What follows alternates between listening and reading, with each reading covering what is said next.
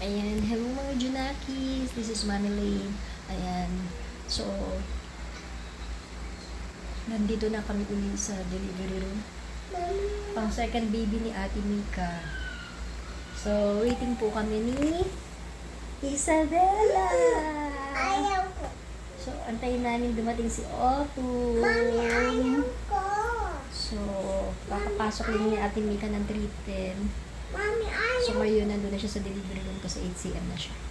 So, abangan niyo mga Junakis, yung aming pang third grandson kasi baby boy uli siya. Diba, Isabella? Ano nga ang pangalan ng baby? Hindi. Ay, sulit naman.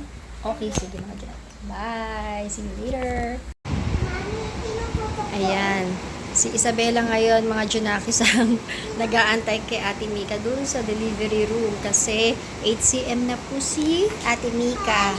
Lalabas na si, anong pangalan ng baby? Utong. Utong!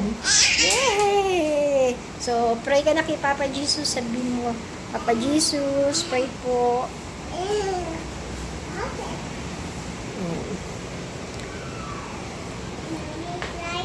Yeah. Hello mga Junakis. So, andito na kami. Waiting kami. Nakapanganak na si Ate Mika. So, yeah. Confirm, baby boy.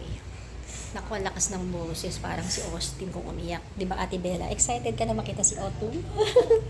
Ha? Hindi ka excited? Why are you sad? Sad ka ba?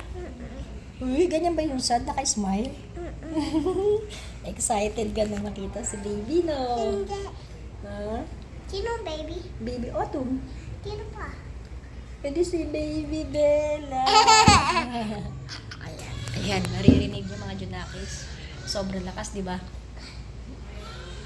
Aninik ni Ayo. Ayan. Ang iyak niya. Bakit siya galit? Hindi siya galit, umiiyak lang siya.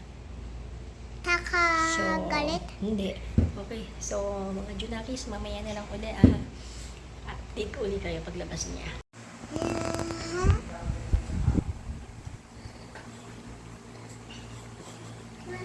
So cute, cute, cute.